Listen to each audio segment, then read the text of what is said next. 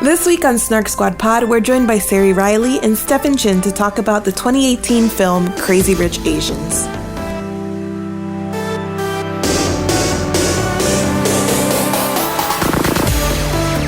Welcome back to Snark Squad Pod. I'm Marines. I'm Nicole Sweeney. I'm Sari Riley, and I work for Complexly, which is the YouTube production company that Nicole works at, mostly doing SciShow, and I'm an editorial assistant on Monstrous, the Image comic that just won another Hugo Award. Yay! Yay! And I'm Stefan Chin. I'm a producer for the YouTube channel SciShow. You can find me on Twitter at it's me, Stefan Chin. I wrote the intro music for this podcast, and I'm half Asian. Ooh, I'm also half Asian. Important biographical notes. Yeah. So they're introducing their Asianness because this week we are talking about Crazy Rich Asians, the 2018 film adaptation of the Kevin Kwan novel of the same name. The film is directed by John Chu, and it follows the story of a New York University economics professor named Rachel Chu, who is invited by her Singaporean boyfriend, Nick Young, to return to his home in Singapore for a friend's wedding. But it is only when she leaves for Singapore that Rachel discovers that Nick Young is actually crazy rich. When she's in Singapore, there's shenanigans ensue. Nick's mother, Eleanor Young, is not a big fan of Rachel. She has help from her college roommate, Peck Lin, who is also Singaporean, and various members of Nick's family who have varied feelings about Rachel. So I want to start here immediately. Nicole, did you like this? Oh, I loved this. I fucking love this movie. I saw it twice. I saw it with each of our guests separately. I thoroughly enjoyed the book. I read the book, I don't know, like a week or two before the movie came out, and I then immediately had to listen to the second and third because it's a trilogy. It's a good time. I love rom-coms in general, and this is like such a shining example of the genre, and it was a blast. It was super fun. I love this movie. I also really loved the movie. I cried for like half an hour of it, but like overwhelmed emotional tears, not sad ones. I haven't watched a whole bunch of rom-coms. Like, I think they're fun movies, but I'm mostly indifferent towards them. I saw a lot of the press leading up to Crazy Rich Asians, and I watched the trailer maybe like 20 times total. Too many times. Like, That's the correct number. That's the correct number. It's like it falls in my Twitter feed again, so might as well click play, just don't scroll past. So I was really excited for it, and it was more than what I expected from it. And I didn't expect to be so emotionally punched in the gut by Asian mothers, because I have one of those.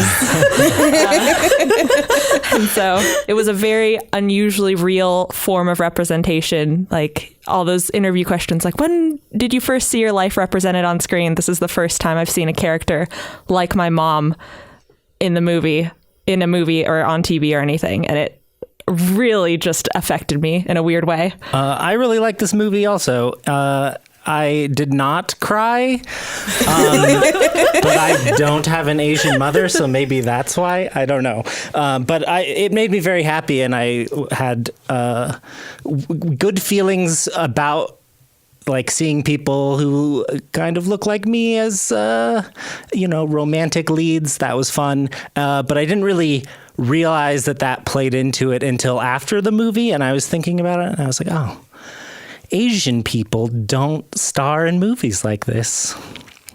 But yeah, I think the humor was good for the most part, with a couple exceptions, which I appreciated. So it had the rom, it had the com. What else do you want?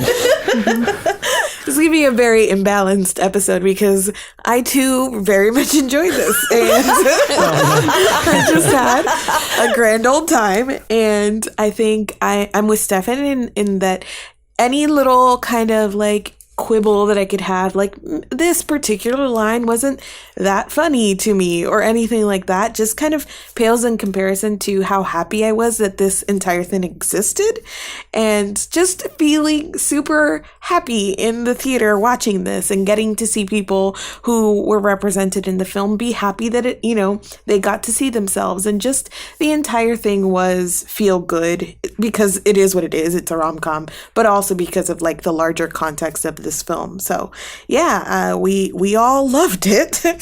Enjoy the next 40 minutes as we gush about it. I don't know. But we're gonna gush with nuance, so at least it'll be interesting. Nuanced gushing. Yeah. Was there anything that you can like pick out that maybe in like all of the good feelings that was a favorite part of this movie, or something that really stood out to you, maybe something you weren't expected, or just something that you can highlight as being maybe the best thing that was done here? I don't know if this is the best thing that was done here, but you asked this question and I glanced down in my notes, and in all caps, I have "I love Astrid," which was a feeling that I had reading the book. And as soon as I connected the dots on the castings, I also watched the trailer a bajillion times. But then once I was like, oh, Gemma Chan is Astrid, I then had to go back and rewatch the trailer, specifically pausing it for the little glimpses, glimpses of Astrid in the trailer. And I don't know what else I have to say besides that I love her. I don't know that I can give this more nuance beyond she's beautiful and perfect and I love her, and that's it. Okay, I'll do a light thing, and I'm gonna try and balance all my intense emotional feelings about this movie with fun things about this movie too. The costumes were amazing, where that's something I noticed right off the bat in the trailer, and the sets and everything, where it just felt, I don't know, I never read the book, but in talking with Nicole about it, she was the author described everyone's outfits as a very lavish thing and paid so much attention to that. And I feel even not knowing that in the movie, I noticed everyone's outfits and the luxury in the food and the parties and the atmosphere of everything that was going on. And so it was believably a very different Singaporean lifestyle. Believably, these are the upper class of the upper class, new money, old money, whatever. They live on a separate wavelength, and I'm along for the ride. So that was all very fun. And then as far as the meaningful stuff, I really liked how it contrasted Rachel as our protagonist as an Asian American with the Singaporean Chinese, and the whole banana conversation that happened all the time with me and my friends. And as a super white passing person, Asian American identity is weird. And so it was interesting to see a movie dissect that and dissect her insecurities in contrast with the more traditional values of Nick's family, and trying to reconcile all that and make a decision always based on love and family and culture, and figuring that out was it was so heartwarming. That's it. Period. Exclamation point. I don't know if it's the best thing either, but and it's kind of playing off the representation side of it too, but just that they this is just a rom-com movie that could be wrapped in many different cultures, but they just treat the culture as a normal thing, and you don't no one had to bust out any kung fu, no one played the piano really well. It's just normal ass super rich people living their lives, living their super rich lives. On a lighter side, I really liked the motion graphics in the intro and the outro. Just as someone who does work in After Effects on a daily basis, I appreciated it, and I thought it set the mood really well. Yeah, the tone, it was, yes, it communicated so much of just the vibe that you were going to be experiencing from that point forward. Yeah. I also like references to The Godfather. I don't really have anything to say about it. I'm just dead fish in the bed. I'm super on board with that as a thing. And then The other thing I really liked was the bookend airplane scenes.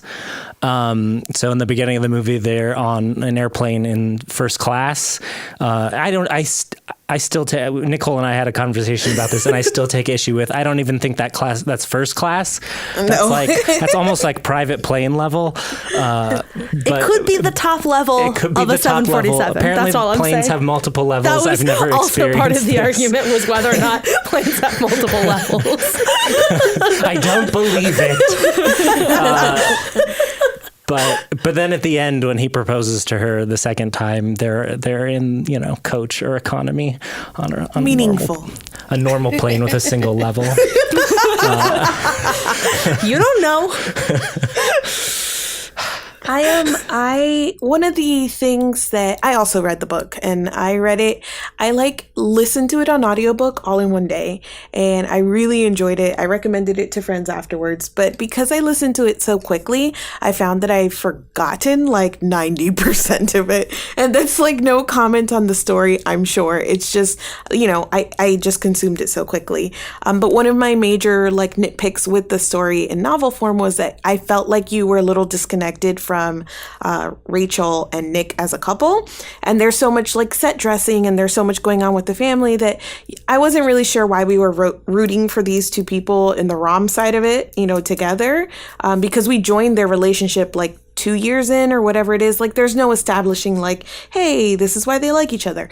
But you get that very quickly in the movie, I think. And I just really like them together. I thought that there was something super cute about their relationship. And as they were going through all the highs and lows, it was easy to pull for them because, yay, the proposal and the lovey-dovey stuff and all of that was well done, I think, in the movie. And then I also cried, not because I'm half Asian, but because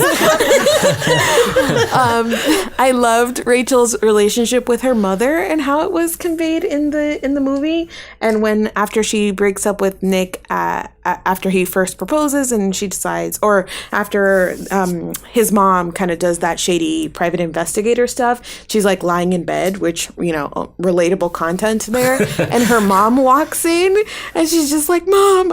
I started crying there because, moms. I love moms. And that whole relationship just really got to me. I would echo the point too about the movie doing a better job of showing their relationship than the book did. I also think something that bothered me in the book, and maybe this is also a consequence of plowing through the book so quickly, but I don't feel like the book ever really addressed in a way that I found satisfying the fact that Nick withheld this information. Yes. There's a conversation in the movie that I don't think is in the book, in part because I don't think any of the explicit, basically all of the conversations are inventions of the movie. The general story is roughly the same, but conversation, the sort of nuts and bolts of it are almost all inventions of the movie. And I am pretty sure that the conversation that they have where he sort of explains you didn't look at me strangely and I got to be not Nick Young, super rich guy and whatever. And he gave some context to that was very simple and made perfect sense. And it was not this conversation wasn't a lot, but the fact that it was there, and maybe somebody will at me on Twitter and tell me that I just missed this part of the book or forgot it or whatever. But I didn't feel like this was ever properly or adequately addressed in the book. It was most he was just so, Nick is very, very nonchalant and oblivious in the book in a way that I think contributed to the sense of, I don't really know why we're rooting for these two people. But I also think that to a certain extent, Rachel in the books, she's there to be the audience's view into this world. She is the audience stand-in. You're seeing this world through her eyes. And as the books continue in the second and third book, her story becomes less and less present. In the third book, she's just in America for most of it and comes to Singapore at the end. And so she becomes less and less important as we start, hanging more and more with these characters, which brings me to, I don't want to spend too much time talking about the book because we're talking about the movie, but the end of the movie teases the idea of the sequel. There's this, the credits start and then we cut back to the party and Astrid sees Harry Shum Jr. at the bar, who is clearly a character from the book who is not present really in the movie.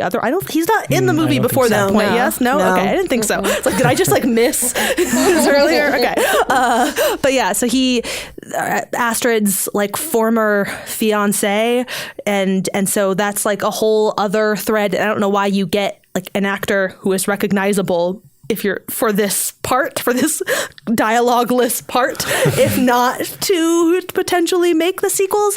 But I find this interesting because they wrapped up the Nick and Rachel storyline basically at the end of this movie, which makes sense because you're making the movie a self-contained unit. I don't begrudge them that. The book does not wrap it up neatly. Like at the end of the book, they get back together, but things are not cool with Nick's family. They go back to America and like whatever. And so then the whole second book is them being engaged and like getting ready to get married without the support of his family. And my immediate reaction was confusion because I was like, this seems weird to me that you would tidy this up and like, but then tease the sequel. But thinking, the more that I thought about it, it seems to me like they're doing that on purpose because the sequel, if there is one, then becomes like Astrid and Charlie's story, and like Kitty Pong has a whole like really a whole journey in the second and third books. That's the third movie, I think. Yeah. Basically, the second book is the second movie is Astrid and Charlie, and then the third book we watch Kitty Pong grow and become a well-rounded human being. So I don't know. That was my long-winded spiel about the changes from the book to the movie. I think hearing you explain that, it makes a lot of sense to me, Nicole. And I too was like worried that they would leave it open-ended because I think that you need like a happily ever after or like a happily for now kind of ending to a rom-com to truly be deeply seated in the rom-com. So I was like, okay, yes. So I was like, okay, how are they going to end this? And so I understood the changes. But I think maybe a little bit of this is you just projecting your deep, deep want for an Astrid movie as a sequel. So I do not deny.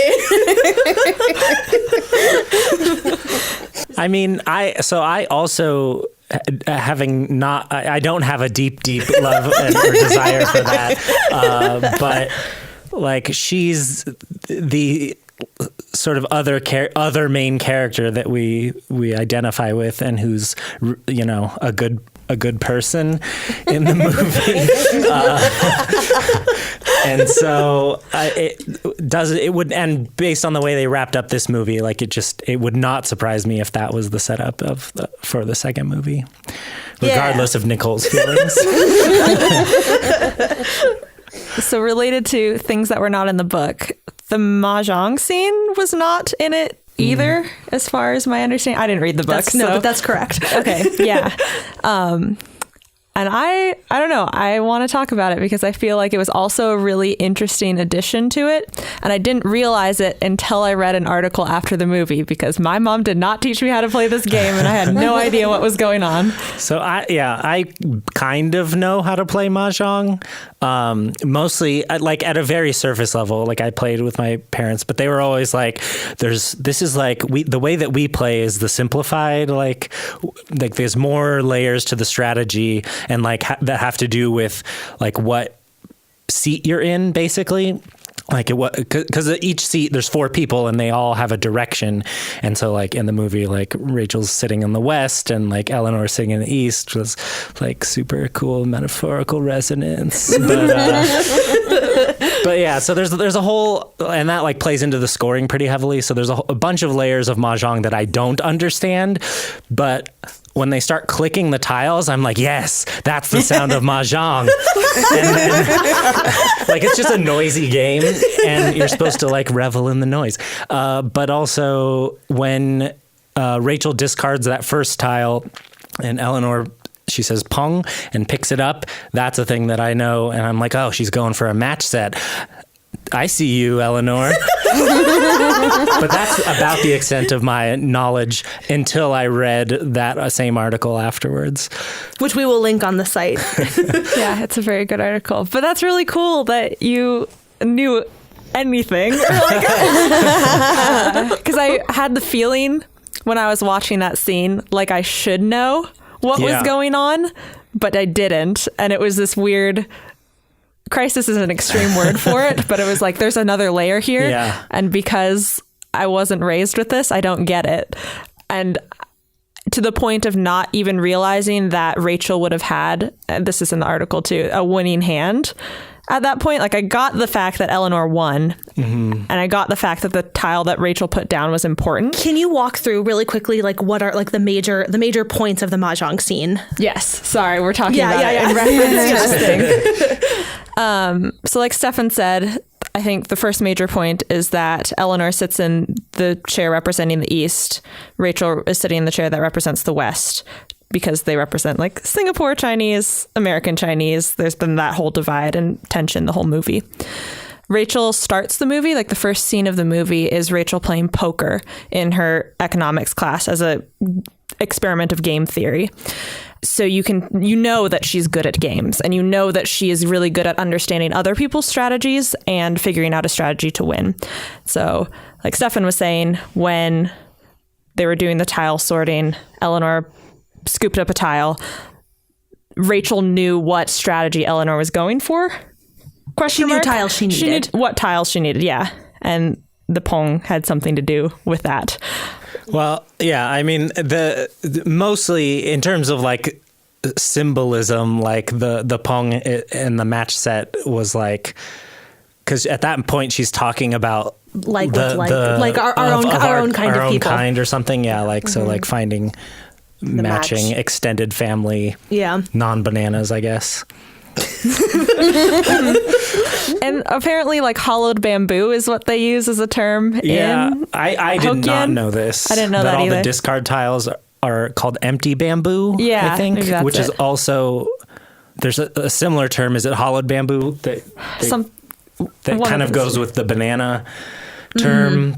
Yeah, in the Hokkien dialect, apparently that's what they would call, like in America, we were like, you're a banana or whatever, but in Hokkien, they're like, you're empty bamboo. Which sounds way worse. It sounds so bad.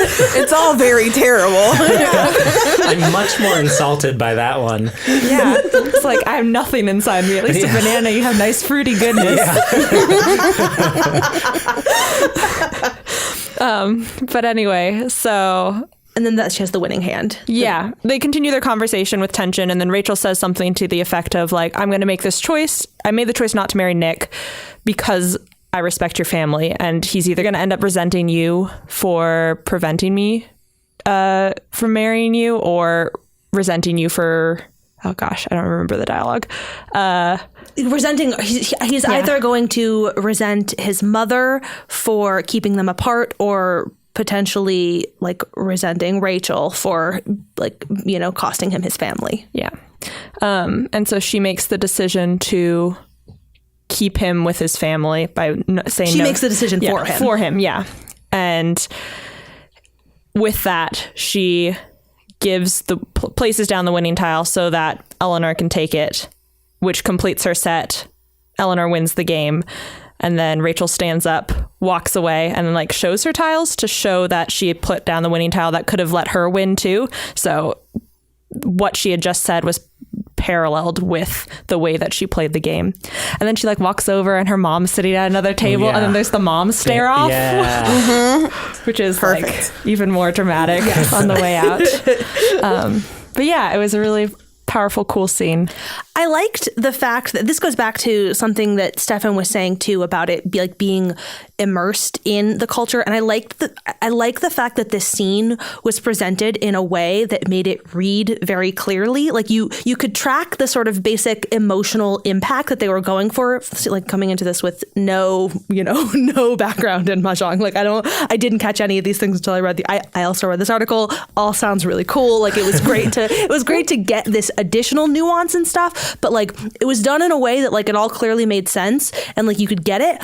But like this additional nuance was there, and like it was there for you if you got it. And we're not gonna take a bunch of extra time explaining this shit to you. Like if you don't get it, I don't know, whatever, you're missing those layers. We're gonna make sure that you can keep following the story, and that's cool. But like we're also not gonna stop to teach mahjong to white people, basically. Like that's not what we're doing here.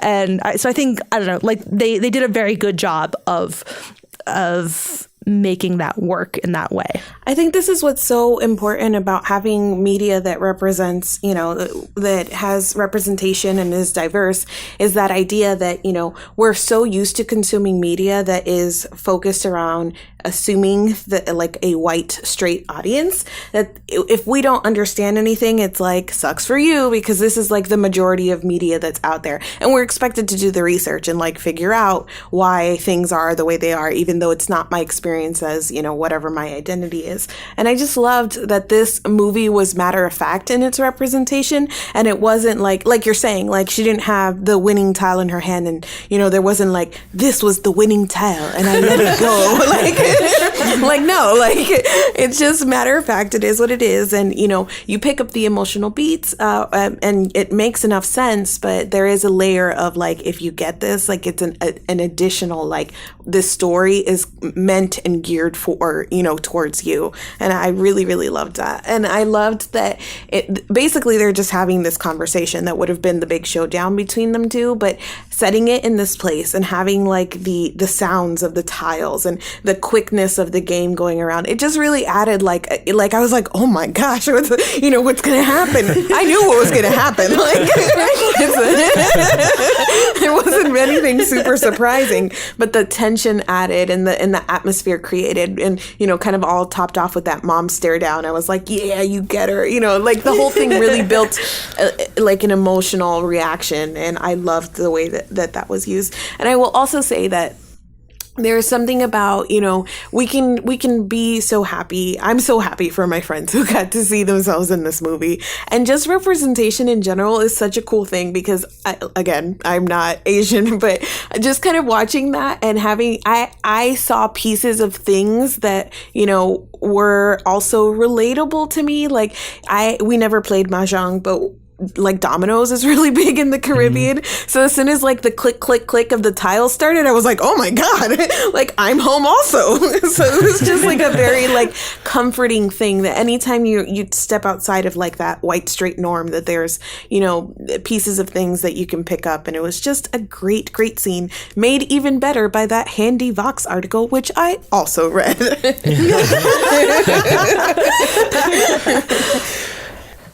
It just kept distracting me, though, because the scene went by pretty quickly, relatively, and like I was like trying to remember things about Mahjong the whole time, and then she drew that the winning tile was the 8 of bamboo, and I was like, 8 bamboo, what does it mean? But like I didn't recognize that would have given her the winning hand until she revealed her thing. But like, yeah, I don't know. Most of my mental energy there was like trying to figure out what the hell was going on and remember how to play Mahjong. I am going to admit that when I first watched it, I don't know, this is going to be super embarrassing. I'm going to tell this story and then I'll tell you, Nicole, if you can actually live it in the episode. But when I first watched that scene, so I don't know any of the rules of this game. And in my head, it kind of played like poker, where she laid down her tiles and she was like, I won. And then Rachel laid down her tiles and she was like, I won more, bitch. Oh. And I thought she had like really won the game instead of like showing her tiles, and she could have won. That is what I thought too. That is I misread. I definitely thought she won more. I thought she won harder. I didn't know she lost on purpose. Same. I mean, like again, I don't think that this detail of like misinterpreting it radically shifts the rest of the emotional impact of the scene. Like I just think that there's an additional piece of nuance that completely went over our heads. Yeah. We've talked a lot about things that we've enjoyed, and so I'm curious if there are any things that you can. Obviously, we really like this movie, but is there anything that you can pick at? Maybe things that didn't work for you within the movie? I really could have done without Picklin's brother. That whole gag was one that I just didn't understand. That was also like an invention of the movie too. And like, why? To what end? Why did you do this? He doesn't appear in the book at all. She has siblings, but not a creepy brother. No, not a creepy brother who it's just like creepy and weird in this way that was like, why? And in particular, Steph and I, when we were walking out of the theater, we're talking about this, the final bit with Rachel's mother, where they're laying on the bed and he's just like standing there recording them. And like, fine, Rachel has gotten used to him in the time that she's been there, but Rachel's mother has no reason to like think that was an okay thing for him to have done. Just stand there recording them like that. I don't know. The fact that they both just laugh about it, like, oh, haha, that's so cute and funny. I don't know. I don't like it. Could have done without that. Yeah. Also, her father also was not as bad as the creepy brother, but like that was both of those characters were the jokes. The jokes surrounding those characters were the ones that didn't land for me. Out of basically, I just wanted Awkwafina all the time. Like, she was great, but then these like her family members were not doing it for me. I guess the mom was okay, but yeah, Dr. Ken and the creepy brother, I was like, why? What is going on here? That was the exact, literal scene that I wanted to mention. I was like, let's bring up things we didn't like, because I want to talk about this scene. It's the one where they're, laying in bed, and the brother's just taking the creepy pictures, and it's like, ha, ha, ha, LOL. And, nope, there were no LOLs for me there. That entire piece of humor just really fell flat for me. And it took time away from, other things that I would have been enjoying seeing. Yes. Even that entire scene where they're just eating around like a food market or whatever. Yes. You could have added 10 minutes to that and I would have been happy. And not anything that was basically at Paiklin's house. I didn't like the humor there. I didn't find it funny. And that creepy brother scene in the bedroom happens right after her mom talks about her abusive ex, and it just seems like a weird time to go that direction with the humor. Yeah, I felt the same way a little bit about, again, with Paiklin's dad.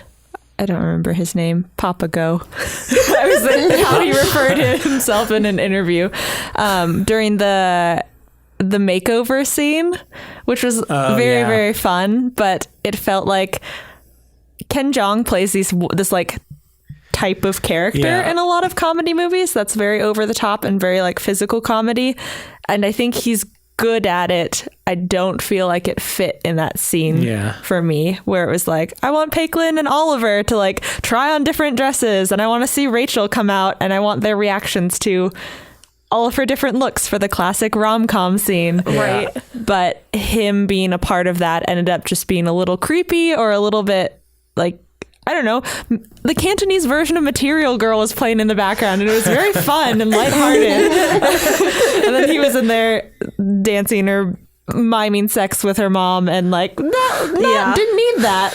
Well, in a similar way to what Mari was saying about it taking away time, in that scene or in that whole little montage or whatever, you were saying, the bits with reacting to the dresses, that was where the comedy, the good comedy of that whole segment was in those moments. So then when you had that set against this less good comedy, it was the contrast made it stand out. I want more of that one. Yeah. Please don't go back.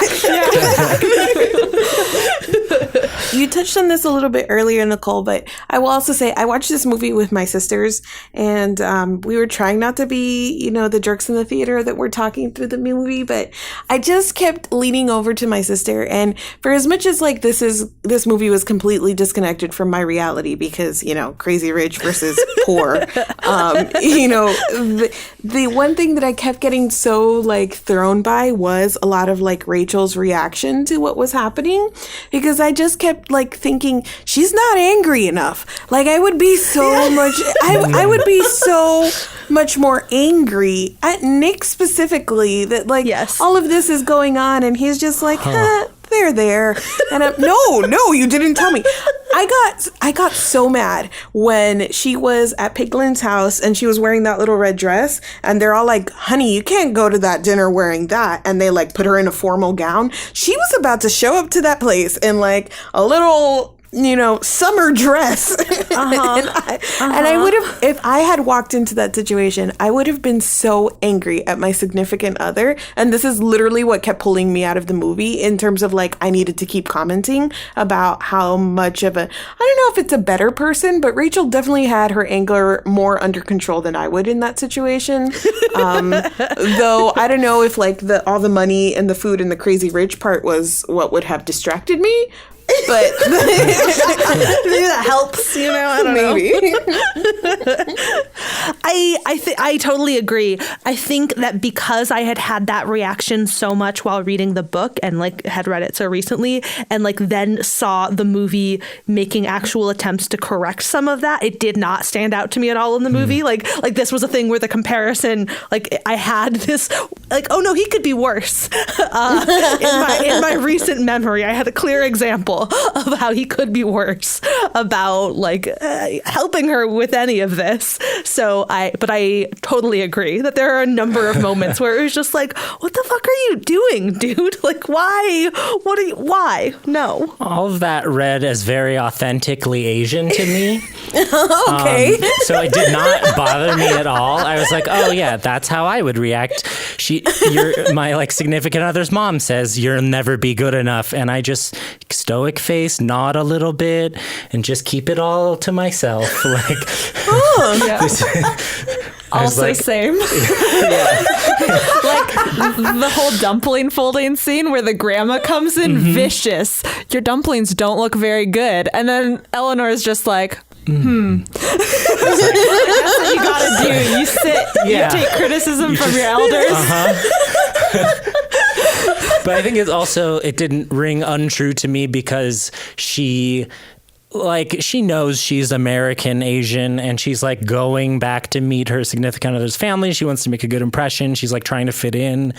And so it's even on that level, it made sense to me that she would tone down her responses somewhat, but it especially rang true to me. And so I was not like, it didn't occur to me that was a weird, like. That is a good point about her, toning down her responses too, though. Like in the sort of in Nick's defense portion of this is that like, because she also was going out of her way to suppress a lot of those reactions. And so there's definitely beats to which I think like, and the movie also suggests this at a couple points that like, that Nick is just like, yep, she's really being strong and she's taking it so well.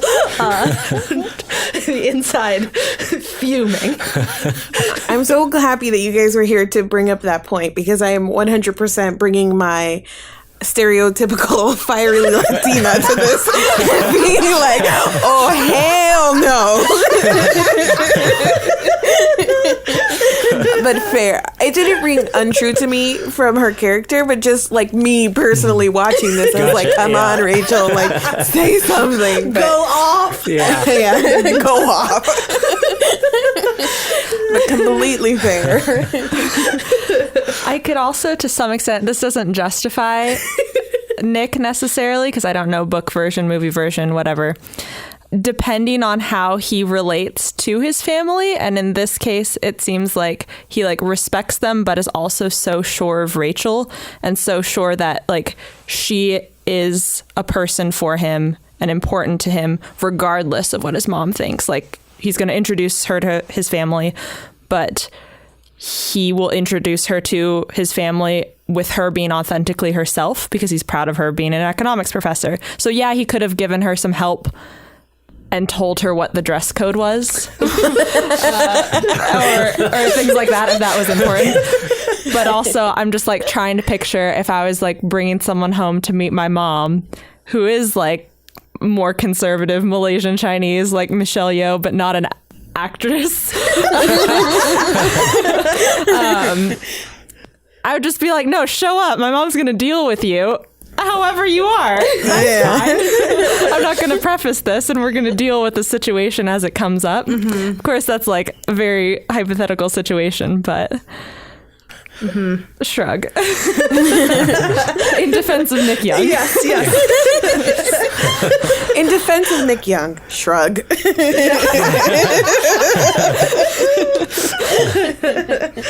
Some people had as a criticism of the movie that it did not represent Singapore very well, or at least like the diversity of Singapore.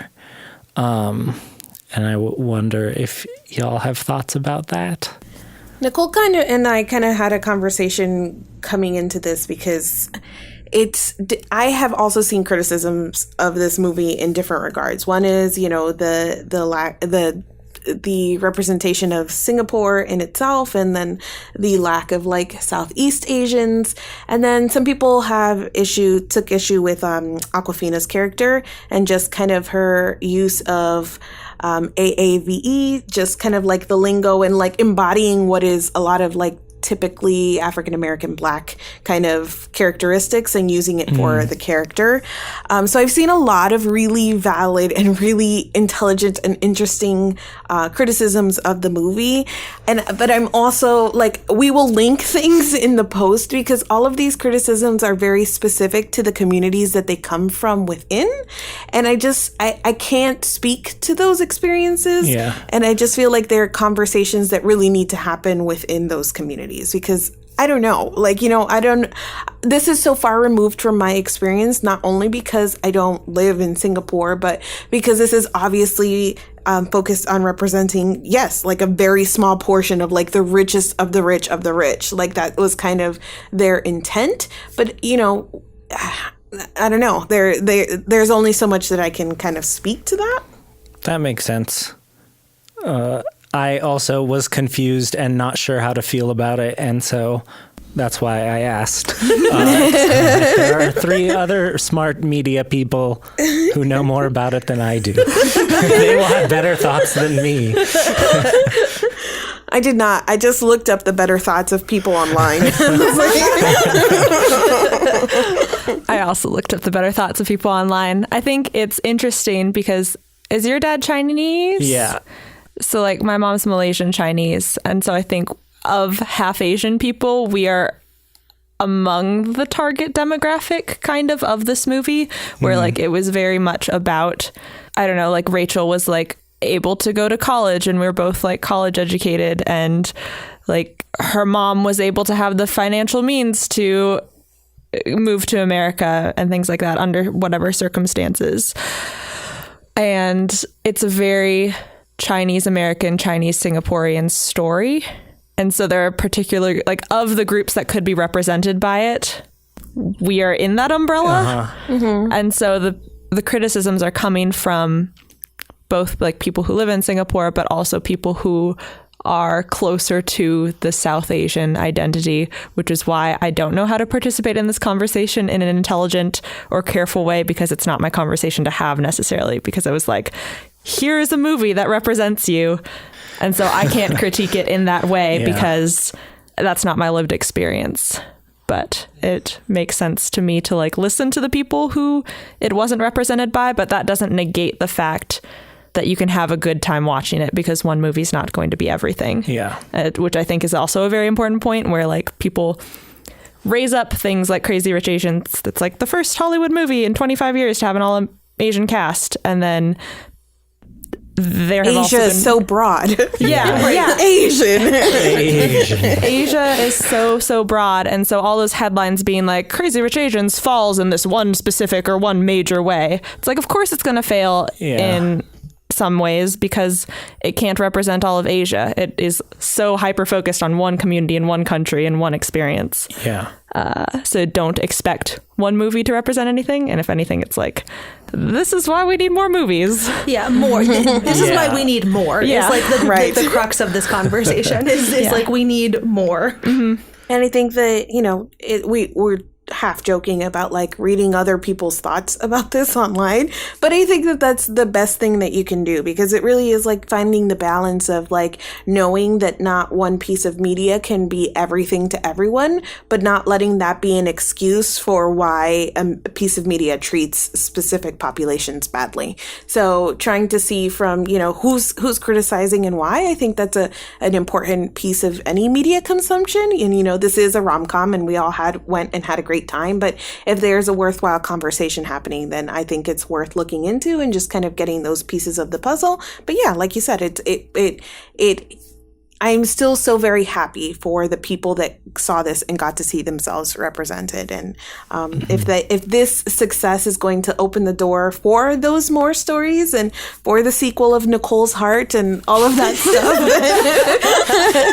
that's like an overall win, you know? I don't know the names of the other books, because I'm sort of thinking of the sequels as like in the way that Die Hard does sequels. So like Crazy Rich Asians, and then you have Crazy Richer Asians, and then Crazy Richest Asians. Too rich, too Asians. Yeah. I could 100% see them going some kind of route like that for these movies. The book sequels are China Rich Girlfriend and Rich People Problems. So they still, I mean, it's rich is in all the titles, but I don't know. I'm not sure. I would watch a movie called Too Rich, Too Asians.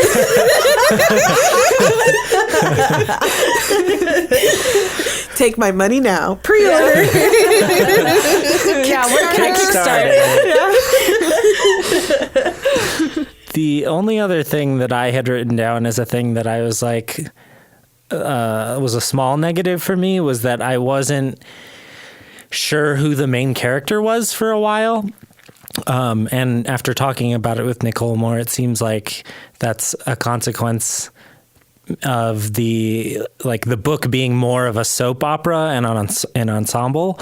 And then in the adaptation, like they focus the story in on Rachel and Nick.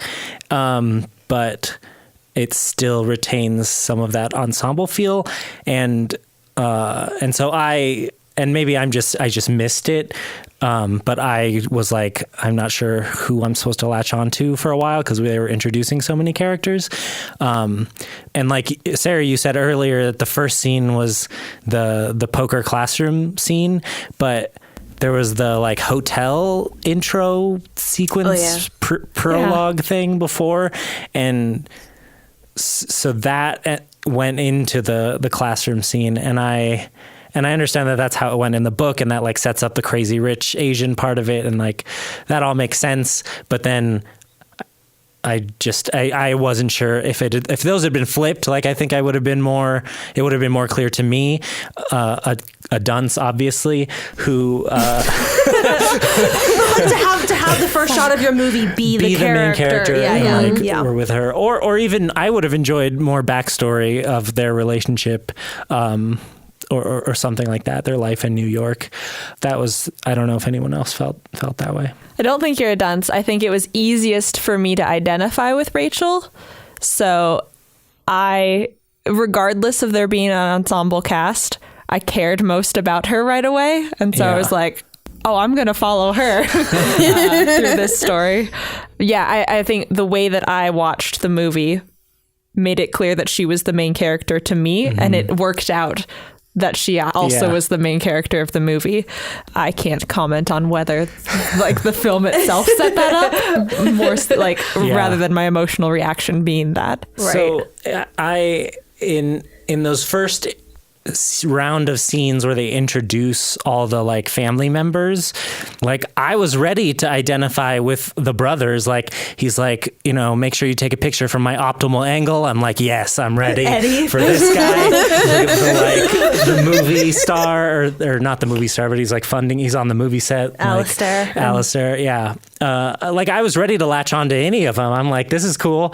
They obviously lost me later as soon as they had more scenes and were complete dicks. But the movie really faked you out at the beginning, huh? Yeah, I was confused. I was ready to take it all in. It's unfortunate. I think it's a super, I totally get where you're coming from. It's very valid, but I loved that scene in the book. And as soon as I had forgotten about it. So as soon as it started playing, the rain in the hotel, I got so excited to watch it. I don't know what it is. That scene immediately joins the Pretty Women scene where she comes back and she's like, "You didn't sell to me yesterday. Big mistake. Huge mistake." Yeah. And there's a scene like that in Selena with Jennifer Lopez where she's trying on dress for the Grammys, but they don't know who she is. And then like every Latinx person in the whole mall comes to get her autograph. And so like I don't know what it is about those scenes where it's like, oh, you didn't serve them because you thought, but look at her now. Like, I don't know. That entire thing was like very delightful for me. And so I was in the movie right away because of that scene. I thought it was a pretty good watching opening. people get their comeuppance for having shitty prejudices. Yes, right. It's satisfying. It's satisfying. Immediate gratification. Yes. We mentioned earlier how fun the like opening graphics and stuff were. Not there. So there's the hotel scene, there's the casino scene, then there's Nick and Rachel at the restaurant and stuff, and then like that we sort of segue the tie between.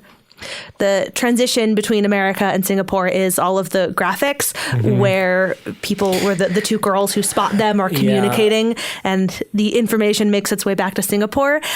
There's like a small visual nod to the books. It's mentioned once in the dialogue later in the movie as well, but one of Nick's cousins is nicknamed Radio 1 Asia, and this comes up a lot, like repeatedly in the book, that this cousin who lives in I think she lives in England, but she is like the family gossip, and in the text messages flying all over the place, one of the names that keeps popping up in the like text messages, it just says Radio 1 Asia, all one word, and it made me very happy. I was like, oh, that's like such a fun little like I see you nod.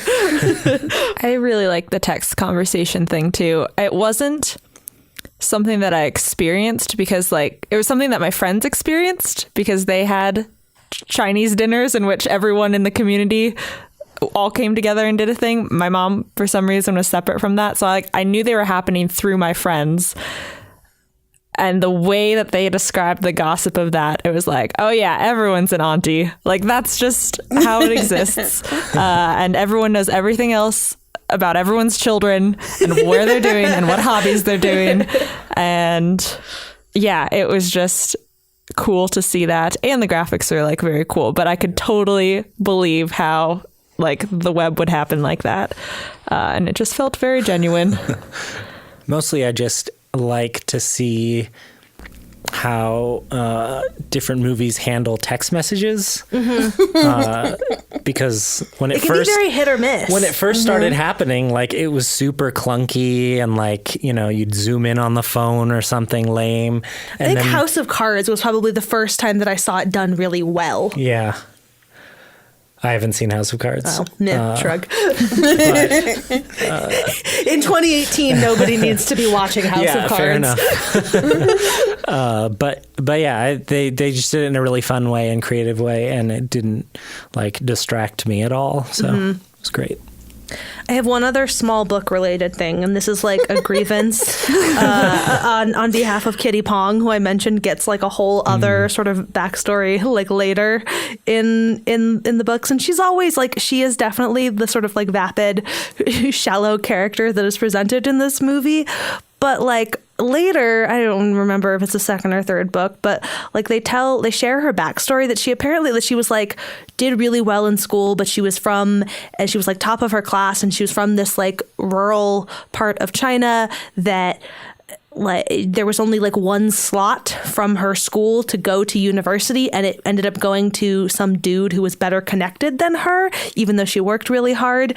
And so like that was why she like went to Taiwan to become an actress and whatever. And so the fact like this is like so stupid and small, but the fact that like they introduce her with she's a terrible actress was like, well, okay, she can be vapid and shallow and still like be like competent in some way. I don't know. I was sad for Kitty Pong to be stripped of any amount of competency. Yeah, I felt like for me, not having read the book, she felt like reduced in the way that all the characters were reduced almost. And I guess it'll change if she has her own arc in the movie or something like that. But in the same way, it's like oh yeah, there's the brother who wants the cousin who wants his kids to be picture perfect and things like that. And it was like, oh, is he going to have a character development? No, he's always going to be like, he's going to be the guy who's concerned about his family and how they look. And that's it. That's his one note through the movie. Yeah.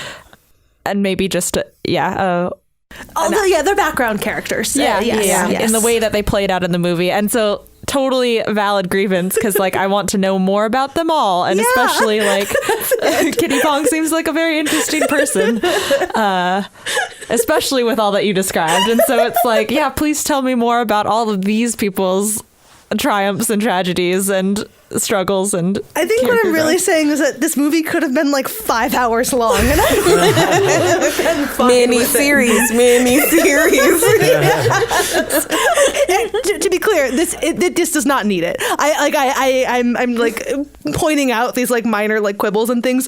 On the whole, I think this is a very, very effective streamlining of the story. Like the story, the book is like has all sorts of soap opera. Like it is a soap opera. It goes off in all sorts of weird directions. All of it is not really necessary. I think that the streamlining of this movie is very effective and good.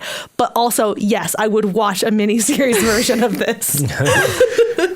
I think that's how you can tell you had like a good experience with a movie, is if you walk out and you're like, man, I could have watched more of that. Yeah, good sign.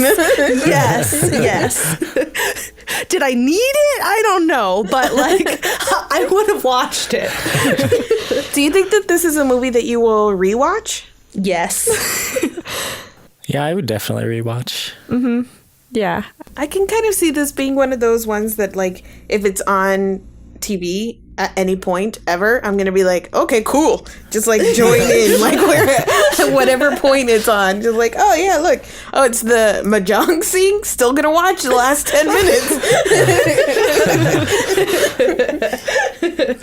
Yeah, it's like a movie I want my family to watch and to talk, like ask them about it, for just to see. And I don't know if like the movies my mom watches are like James Bond. She's very into action movies because she can't really follow plot very well, and she just likes like attractive actors and fast moving plots and like big explosions. And so I don't know, it's fair, this is her thing, but I just want to know what they think. Fast moving plots and attractive actors. There are explosions at the end. Yeah, that's true. I just gotta pitch it like that. There's a rocket launcher on a boat. Oh yeah, true. Yes. Yeah. Sorry, Mom. No Matt Damon, but please watch this. So okay, very quickly, you guys brought up like the boat, and it made me think that obviously there's like a lot of like visual things going on and beautiful settings and all of that. But I will say, I think one scene that was like very beautiful and it also made me a little emotional was the wedding with her like the water coming down and her walking down the aisle, and then the little like lights on the branches, like that entire thing. I was like, okay, can I have a wedding tomorrow? Like prettiest fucking wedding I have ever seen. Ever in like a movie or anything. Just the entire thing was absolutely gorgeous. And I thought in a movie of like full of absolutely gorgeous things, and they had hyped up the wedding as like the event of the season, and it really paid off in a visual way, I think. Yes. Yeah, it's like tremendous credit to the filmmakers for and like it makes sense. It's like this is the end of this movie that is full of all of this opulence. Like like that moment has to have some sort of payoff to it, and I like could not just the wild choices that they made to make that the sort of stunning visual that it was it was incredible and breathtaking and well done. Mostly I had a reaction to the giant boat on top of 3 skyscrapers at the very end. And I was just like, why would you build this? Seems so unsafe. But this is also like, that is Is it the actual Space Needle or the one in Las Vegas that has all the rides at the top of it? The one in Las Vegas. Yeah, that also seems extremely unsafe to me. This is like a weird tangent now, but I'm just like, let's talk when about you unsafe build things structures so high up and they hang over the edge, I'm like, what are you doing? I know that very talented engineers calculated all this stuff, and like I'm sure it's safe, but come on, we don't need to. We don't need to risk it. Good. That was my one point where the wealth was. For some reason, I was like okay with the crazy rich the entire movie, but then at the end, when there were synchronized swimmers in the boats on top of the building, I was like, who pays for these types of performers? Like, okay, Kina Grannis makes sense. Musician at a wedding, water down the aisle, flowers for all your guests, fine. But synchronized swimmers on top of your building boat. Everyone else is mingling on land, and they're just there.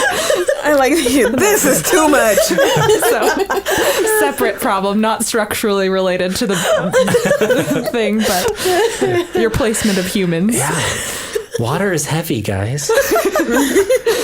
And that's it for this week's episode. Thank you guys so much for joining us again. If you enjoyed this episode, we would truly appreciate it if you subscribe to us wherever you normally listen to podcasts, and if you rate and reviewed us on iTunes. If you're able to do so, please consider supporting us on Patreon at patreon.com/SnarkSquad. We've got our first little bonus content up there, so you can listen to Nicole and I kind of figure our way through that one. And we also have our first poll available, so you can vote on what thing you think we should cover in the near future. So just all kinds of exciting things happening at patreon.com/SnarkSquad. We'd love to hear all of your thoughts on Crazy Rich Asians. There will be a post dedicated to this episode up on SnarkSquad.com. You can also sign up for our newsletter and join our Discord, where there is always a lot of chats going on about this week's episode or about general media things. You can also find us on Twitter at @snark_squad. You can find me at My Name is Muddy Ness. I'm at Sweeney Says. I'm at C.E. Riley. And I'm at It's Me, Stefan Chin. Thanks once again to Sari and Stefan for joining us this week. And double thank you to Stefan. We thank you every week for this first time you're actually here. But thank you, Stefan, for the fancy theme music that is playing us out right now. We will be back in your ears next week. Bye. Bye. Bye.